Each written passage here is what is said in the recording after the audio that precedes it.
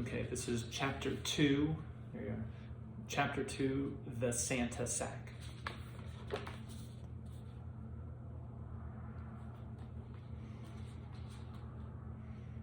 Where are my bell-snickles? Krampus strained against his chains, the ancient collar biting into his throat. He craned his neck upward, and there, far above the shaft, he caught a faint glow reflecting off the cavern roof. Moonlight, or the first traces of dawn?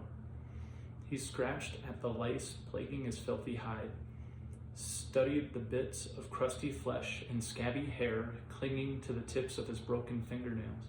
I'm not rotting away, while he indulges in his life's pleasures. I die a little more each day.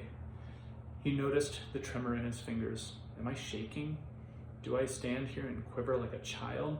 He clutched his hands together. And what if they should never return? What then?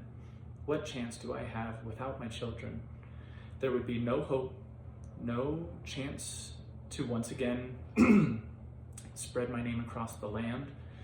And without hope, even I, the great Yule Lord, would eventually succumb to madness, would wither and fade, and he would win after all. No, he snarled, never. I shall never let him win. If I lie here, nothing but a shriveled carcass, then so be it. For my spirit shall never rest. I will become a plague upon this house, become a plague upon his house. I will vex him. I will. His voice drifted off. He shut his eyes and leaned his forehead against the cold cavern wall. He pressed his palms against the moist stone and listened, hoping to sense the vibrations of their running feet through the layers of earth. The bell-snickles will return, he said. They must return. Must bring Loki's sack back home to me. The light above flickered and his heart sped up. He waited, watched, but knew it was his wishful fancy and nothing more. A draft of cool air drifted down the shaft. Krampus inhaled deeply, catching the faintest hint of pine needles and damp, rotting leaves. He closed his eyes, tried to remember what winter dawn in the forest looked like, what it felt like to run and dance among the trees, and crisp, cool air biting at his throat. Soon, he whispered, I shall walk sweet Mother Earth once more, and they will celebrate my return. There will be festivals and celebrations like before, and so much more. Memories unfolded, a kaleidoscope of images piling atop one and another. Memories unfolded, a kaleidoscope of images piling atop one another.